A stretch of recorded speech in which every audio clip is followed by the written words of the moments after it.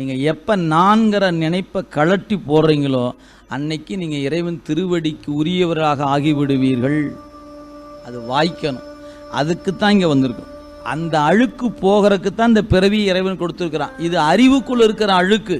அந்த அறியாமையாகி அழுக்க நீக்கத்தான் இந்த பிறவியே கொடுத்துருக்கிறான் இறைவன். எனவே நான் தொழில் பண்ணுவதற்காக வல்ல, சாப்பிட்றதுக்கு வல்ல, தூங்குறதுக்கு வல்ல, உலக வாழ்க்கையை அனுபவிக்க வல்ல. நான் வந்த வேலை இன்னொரு தாயின் கருவறைக்கு செல்லாதிருப்பதற்கான வழியை தேட வந்திருக்கிறோம்.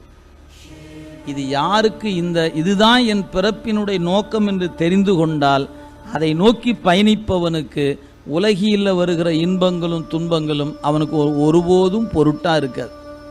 இந்த உண்மை தெரியாதவங்க என்ன பண்ணுவாங்க? நான் வந்தது எதுக்காக? நல்லா இருக்கிறதுக்குத்தானே வந்திருக்கிறேன், நான் சொகுசாக இருக்கத்தானே வந்திருக்கிறேன் அப்படின்னு நினைக்க உங்களுடைய சூழல் என்பது வேறு விதமாக இருக்குமே ஒழிய